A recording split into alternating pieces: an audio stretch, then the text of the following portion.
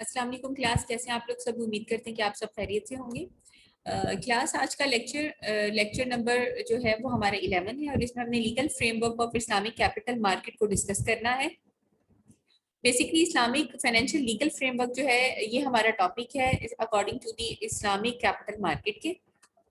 Islamic finance basically क्या है, ये थोड़ा सा हम आइडिया ले लेते हैं, थोड़ा सा बैकग्राउंड पे चलते हैं और उसके साथ साथ फिर हम जो है वो कैपिटल मार्केट तक आते हैं। तो Islamic finance is a term that effect financial business that is not contradictory to the principle of Shariah.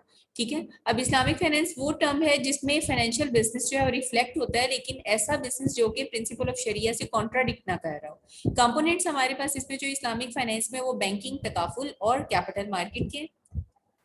Capital market basically क्या है? Market in which individual and institution trade financial securities. Organization, institution in the public and private sector also often sell securities on the capital markets in order to raise funds. Thus, this type of market is composed of both the primary and secondary market. तो basically ऐसी market जिसमें individual और institute जो है वो financial securities को trade कर रहे होते हैं। ऑर्गेनाइजेशन या इंस्टीट्यूशन जो पब्लिक या प्राइवेट सेक्टर के हैं वो अपनी सिक्योरिटीज को सेल आउट कर रहे होते हैं कैपिटल मार्केट में, ताकि वो फंड को रेज कर सके। और इसी तरह की मार्केट को जो है वो हम जो बेसिकली फाइनेंशियल मार्केट भी कहते हैं। और ये जो मार्केट है ये कंपोज होती है दो मार्केट्स पे, जिसको हम प्राइमरी मार्केट या सेकेंडरी मार्केट कहते हैं।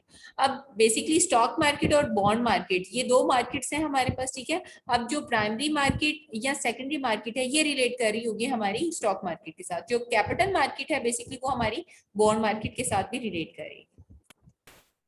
अभी इंट्रोडक्शन में आपको बता रहे हैं कि capital market is a place where long term financial instruments with maturity exceeding 1 year are issued and traded. अब बेसिकली ये कैपिटल मार्केट को डिफाइन कर रहा है कि ऐसी मार्केट जहां लॉन्ग टर्म फाइनेंशियल सिक्योरिटीज को हम ट्रेड करते हैं जिनका ड्यूरेशन जो है वो मोर देन 1 ईयर होता है। अब जो कैपिटल मार्केट के अलावा हमारे पास दूसरी मार्केट होती है मनी मार्केट। अब मनी मार्केट वो मार्केट होती है जिसमें सिक्योरिटीज आपकी ट्रेड होती है जिनका ड्यूरेशन जो है वो लेस देन 1 ईयर होगा। तो जो कैपिटल मार्केट है, the goal is to channel saving into long term productive investments. Participants in this market consist of government and private sectors. The financial instruments in the capital market may be categorized into equity instruments and debt instruments. तो दो तरह की instruments इसमें आ जाएंगे या securities आ जाएंगी जो कि equity related होंगी और debt related होंगी। Equity instruments are in the form of share certificates, इधर कॉमन स्टॉक और प्रेफर्ड स्टॉक। और डेट इंस्ट्रूमेंट्स के अंदर जो है वो हमारे पास made up of bonds which may be classified into common bond and convertible bonds. Difference between stock and bond आपके साथ डिस्कस कर रहा है कि स्टॉक क्या है। For a person who hold share of a company और the stock there is no guarantee that he shall receive annual dividends since the company has no legal obligation to pay dividend to the share holder. अब stock क्या है? इसका मतलब है shares. जिन लोगों ने shares purchase किए होंगे डेफिनेटली वो कॉमन शेयर अगर उन्होंने परचेज किए तो वो कॉमन शेयर होल्डर्स बन जाएंगे। अगर इन्होंने प्रेफर्ड शेयर परचेज किए तो वो प्रेफर्ड शेयर होल्डर्स बन जाएंगे। तो स्टॉक्स की भी आगे दो क्लासेस या टाइप्स बनती हैं। इसी तरह बॉन्ड है, बॉन्ड की भी बहुत सारी टाइप्स हैं। बेसिकली बॉन्ड का मकसद क्या है कि bonds are issued the company is bound by the law to pay annual interest in accordance with the term made at the time of the issuance. Basically company के ऊपर ये एक डेट है। ठीक है, डेट क्या उधार आप लोगों से इकट्ठा कर रहे हैं इन the form of bond. Bond उनको दे रहे हैं एक पीस ऑफ इंस्ट्रूमेंट। ठीक है, और उसके अगेंस्ट जो है आप उन लोगों से पैसा जो है वो बोरो कर रहे हैं और ये इसके ऊपर जो कंपनी है ये आपको इंटरेस्ट भी पे करेगी जैसे ही वो बॉन्ड इशू होगा। In Malaysia, any company doing business or wishing to do business in the country must be registered with the Company Commission of Malaysia under the Companies Act 1965. Basically, Malaysia में बहुत ज्यादा काम हुआ है Islamic banking के ऊपर और legal framework जो है वहां से बहुत ज्यादा फॉर्म भी हुए हैं। तो बेसिकली यहाँ वो बता रहे हैं कि मलेशिया में है तो वहाँ का जो बिजनेस है उसी के मुताबिक आपको companies commission of Malaysia under the companies act 1965 के मुताबिक अपनी कंपनी को या अपने बिजनेस को रजिस्टर्ड कराना होगा। जिस भी कंट्री में आप काम कर रहे हैं उस कंपनी को उस कंट्री के कंपनीज एक्ट के मुताबिक आपको रजिस्टर्ड कराना होता है। Owner and the company are two separate entities. ये हम पहले भी कॉर्पोरेशन की डेफिनेशन में आपने बहुत पहले भी पढ़ा होगा, आप दोबारा रिपीट हो रही है वही चीजें जो अकाउंटिंग में भी आप पढ़ते रहते हैं कि 3 फॉर्म ऑफ बिजनेस ऑर्गेनाइजेशन। उसमें जो कॉर्पोरेशन है वो एक लीगल सेपरेट एंटिटी के तौर पर काम करती है। तो relationship between the owner of the company and the company itself depend on the amount and the type of shares held. On the other hand, shareholders are not responsible for all action undertaken by the company. Difference between common stock and preferred stock, अभी थोड़ी देर पहले मैंने आपसे discuss किया था कि stock या share की भी दो टाइप्स हैं। तो कॉमन स्टॉक कौन से हैं? जिसमें डिविडेंड पे करते हैं, depend entirely on the discretion of the board of director. जबकि प्रेफर्ड स्टॉक के अंदर क्या है, payment of dividend for the preferred stock is usually in the form of fix percentage and it takes priority over the common stock dividends. तो preferred stock holders जो है इनको fix percentage पर आपको डिविडेंड देना ही पड़ेगा। इस वजह से हम प्रेफर्ड स्टॉक को हाइब्रिड सिक्योरिटी भी बोलते हैं। इसका स्ट्रक्चर तो बिल्कुल शेयर की तरह है, लेकिन इसके अंदर जो मैकेनिज्म है डिविडेंड रिसीव करने का वो बिल्कुल वैसे जिस तरह हम बॉन्ड्स का शो करते हैं। तो ये एक हाइब्रिड सिक्योरिटी है जो कि एट अ टाइम शेयर की तरह भी है और जो है वो बॉन्ड की तरह भी है।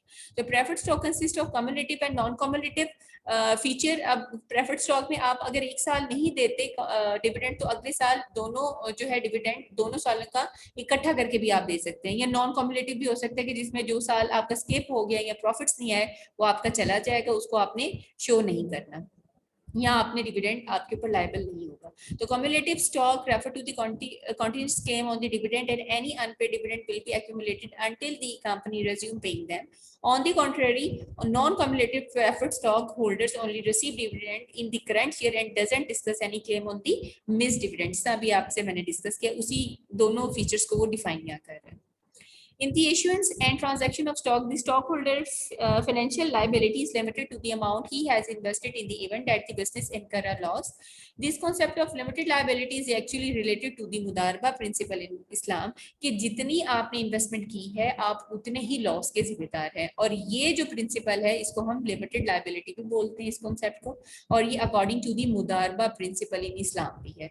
Since a stock represent a financial claim or is a title of ownership, these certificates don't constitute money. Hence, the negotiation and transfer of ownership pertain only to the object of the certificate and not the certificate itself, which is regarded from the legal point of view as a proof of the claim.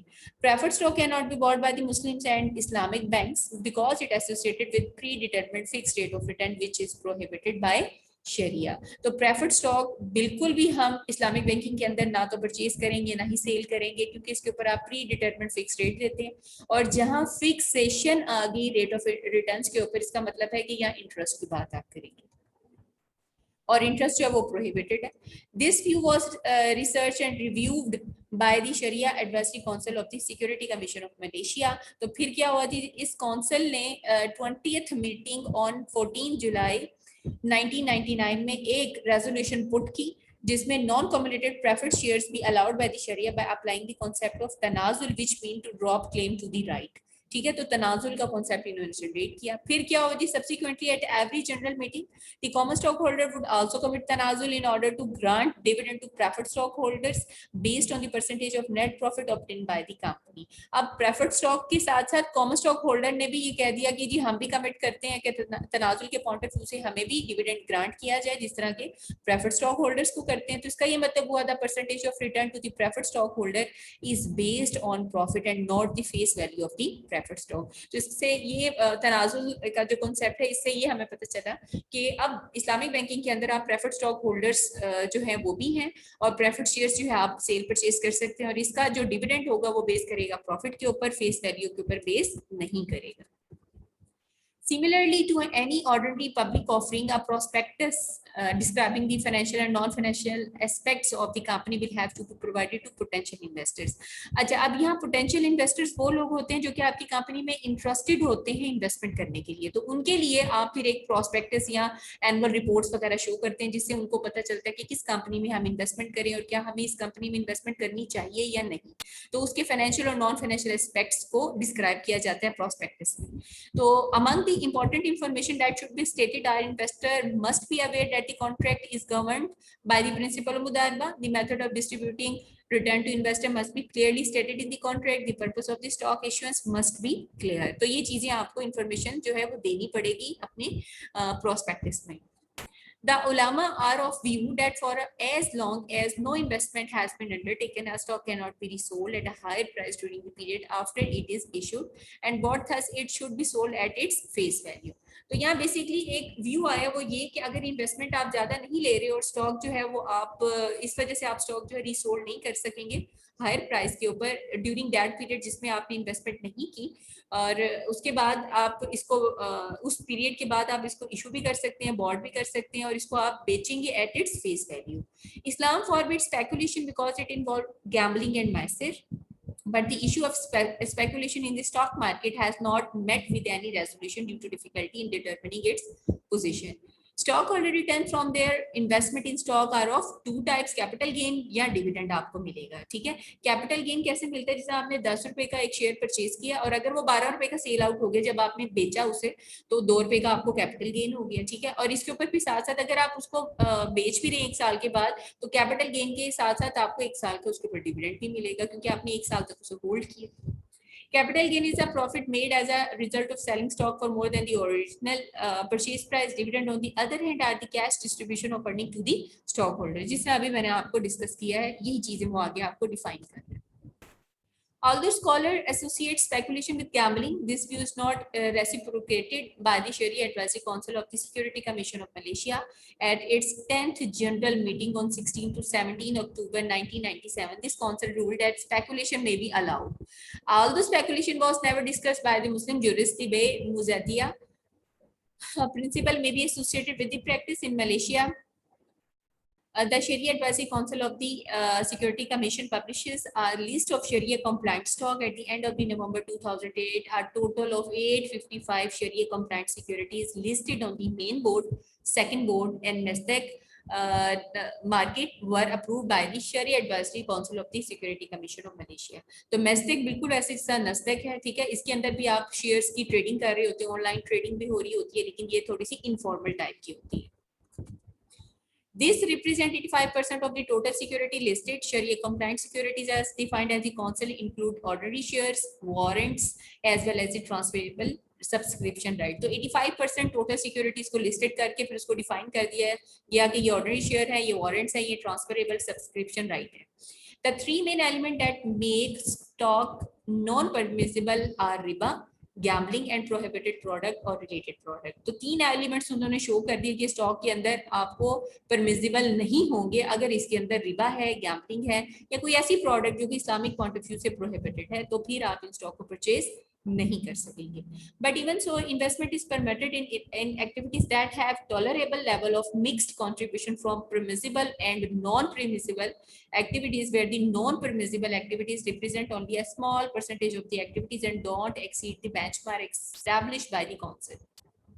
अब यहाँ इन्होंने मजीद बता दिया कि investment वही permit होगी activities से relevant जो कि परमिसिबल होगी अकॉर्डिंग टू दी इस्लाम. ठीक है, अगर नॉन परमिसिबल एक्टिविटीज जो है वो रिप्रेजेंट हो रही हैं, भले वो स्मॉल परसेंटेज पे भी हैं, तो ये जो है बेंचमार्क जो आपने बनाया है उसको एक्सीड नहीं कर पाएंगे. इस्लामिक कैपिटल मार्केट की तरफ आते हैं जो कि मेन हमारा पर्पस था. तो according to Islamic capital market task force report जो है ये इन्होंने बनाई, जिसमें Islamic capital market is a market where investment, financing activities and product are structured in accordance with the Shariah principle. तो बेसिकली ऐसी इस्लामिक कैपिटल मार्केट जिसमें investment, financing activities और जितने भी प्रोडक्ट्स होंगी वो अकॉर्डिंग टू शरिया प्रिंसिपल्स जो है वो वर्क करेंगी. बोर्सा मलेशिया के अंदर एक इस्लामिक कैपिटल मार्केट के पॉइंट ऑफ व्यू से उन्होंने रेफर किया कि market where the activities are carried out in ways which doesn't conflict with the principle of Islam. इन्होंने ये शो किया. The importance of capital market in Islamic financial system also stem from the fact that Islam prohibit interest and encourages trade. अब history of Islamic capital market देख लेते हैं. Islamic finance start in 1961 in Egypt by establishing the earliest Islamic bank, Mid Gimar Bank. Structured involvement of Islamic finance in financial market started in the decade of 1970 and 1980s by establishing many Islamic banks, takaful and investment companies. Boost in Islamic capital market came after financial liberalization. ICM started in 1980s in Malaysia, while in Bahrain, Pakistan and some other countries in early 1990s में यहाँ start होना शुरू हुआ. Function of Islamic capital market क्या है? Islamic capital market are supposed to perform all the useful function of conventional capital market with justice and equitable distribution of benefit. Justice क्या है जी? इंसाफ के साथ. Equitable क्या? बराबरी के साथ आपने benefits को distribute करना है, तो आप Islamic capital market के functions को show करेंगे. Component of Islamic capital market में मार्केट वो बता रहा है, स्कूप मार्केट जिसको हम बॉन्ड मार्केट कहते हैं, इक्विटी मार्केट जिसको हम शेयर मार्केट भी कहते हैं, डेरिवेटिव्स भी है, कमोडिटी मार्केट भी है, फॉरेक्स एंड मनी मार्केट भी है हमारे पास। तो स्कूप मार्केट के अंदर जो प्रोडक्ट आएगी वो मुदारबा स्कूप होंगे, ठीक है, इजारा स्कूप भी हो सकते हैं, पार्टनरशिप स्कूप भी हो सकते हैं, ऑर्डिनरी स्टॉक्स भी हैं, preferred stock, warrants, mutual funds हैं, सिंगल स्टॉक फ्यूचर्स, ये सारी प्रोडक्ट्स हैं जो कि इन डिफरेंट मार्केट्स के अंदर आप जो है वो सेल एंड परचेज कर रहे होते हैं, भले वो स्कूप मार्केट हो, इक्विटी मार्केट हो, डेरिवेटिव्स हो, कमोडिटी मार्केट हो या फॉरेक्स एंड मनी मार्केट हो। Development of Islamic capital market में state of regulatory system and possible approaches for further development, ठीक है, ये डेवलपमेंट हुई है इस्लामिक कैपिटल मार्केट के अंदर के स्टेट खुद रेगुलेटरी सिस्टम में जो है वो इन्वॉल्व हुई। Product range and product development, nature and preferences of market players, identification and development of support institutions, nature and role of Islamic capital market in the overall Islamic financial system, corporate governance system. Standardizing and regulatory authorities कौन कौन सी Islamic international Islamic financial market IIFM 2002, इनका primary focus किस पे था? Standardization of Islamic financial product, documentation and related process at the global level. इसी तरह दूसरा जो अथॉरिटी थी वो थी Islamic financial service board IFSB 2003, इनका पर्पस क्या था कि it is an international standard setting organization that promote and enhances the soundness and stability of Islamic financial services industry by issuing global prudential standards and guiding principle for the industry, broadly defined to include banking, capital market and insurance sectors. Then a Sharia Board 2003, so it has a responsibility for ensuring that all the product and services offered by the institutions are compliant with the principle of Sharia, कि जितनी product और services जो कि institutions दे रहे हैं Islamic वो compliant होनी चाहिए with the principle of Sharia law. Accounting and auditing organization for Islamic financial institution जिसको हम short form में IOFI भी बोलते हैं, 1990 में इसको बनाया गया। इसका मकसद क्या था कि it set compliance standards for institution that wish to gain access to the Islamic banking market. IOFI बिल्कुल वैसी है जिस तरह हम गैप की बात करते हैं या डिफरेंट अकाउंटिंग स्टैंडर्ड्स की बात करते हैं कन्वेंशनल अकाउंटिंग के अंदर, ठीक है। अगर हम इस्लामिक अकाउंटिंग की बात करें तो फिर IOFI का कॉन्सेप्ट जो है वो हमारे सामने आएगा, और IOFI जो है वो हर एक ट्रांजैक्शन को कैसे रिकॉर्ड करना है उसके बारे में स्टैंडर्ड्स या कॉन्सेप्ट्स और प्रिंसिपल्स आपको डिफाइन करती है। The Islamic Capital Market Task Force of the International Organization of Security Commission जिसको IOSCO भी बोलते हैं, तो it assists relevant regulators in assessing the extent of the development and potential regulatory issues relating to Islamic capital market as well as to gather information on Islamic financial product. इसी तरह international Islamic rating agency IIRA 2002 ये evaluate करते हैं, provide करते हैं independent assessment and opinion on the livelihood of any future loss by the Islamic financial institutions. Key issues क्या क्या है जी? Regulatory framework governing Islamic capital market, शरिया compliance and governance, the range of product in this market segment, cost factor involved in transaction including tax related issues affecting Islamic capital market transaction, development of market professionals, investor education, knowledge sharing। तो ये की issues हैं जिनको हमें address करना पड़ेगा जब हम इस्लामिक कैपिटल मार्केट की बात करते हैं। How to address this issue, अब इनको कैसे हम एड्रेस करें, वन बाय वन क्या आपको डिफाइन कर रहे हैं कि harmonising the Shariah interpretation and strengthen the operating structure of the capital market, set up task force for capacity building, market development, Islamic finance and financial literacy, structuring of scope for new markets, training the personnel on awareness of fundamental of Islamic finance, introducing exchange trading funds in Islamic capital market. These funds could be used as an option to diversify risk of an individual, regional collaboration to further spur economic growth, conduct seminars and held workshop to eliminate the issues। तो ये आपको चीजें जो है address आपने की और आपने बताया कि इनका जो हमने इश्यूज एड्रेस किए थे उनको हम कैसे रिजॉल्व कर सकते हैं। यहाँ तक ये क्लास आपका लेक्चर तो उम्मीद करते हैं कि आपको बहुत सारी चीजें क्लियर भी हुई होंगी। अगर फिर भी कोई एम्बिग्यूटी है तो नेक्स्ट लेक्चर में मजीद इसी टॉपिक को लेके हम चलेंगे, इंशाल्लाह उसमें भी क्लियर हो जाएगी। अदरवाइज आप सिलेक्टेड टाइम स्लॉट जो हमारी उसमें मुझसे डिस्कस कर सकते हैं इन टॉपिक्स को, आप खुद भी इसको सर्च करें और इसके बारे में पढ़ें ताकि आपको इसके बारे में ज़्यादा नो हो। और इंशाल्लाह ताला तब तक अपना ख्याल रखिएगा, नेक्स्ट लेक्चर में फिर से मुलाकात करेंगे। अल्लाह हाफिज़।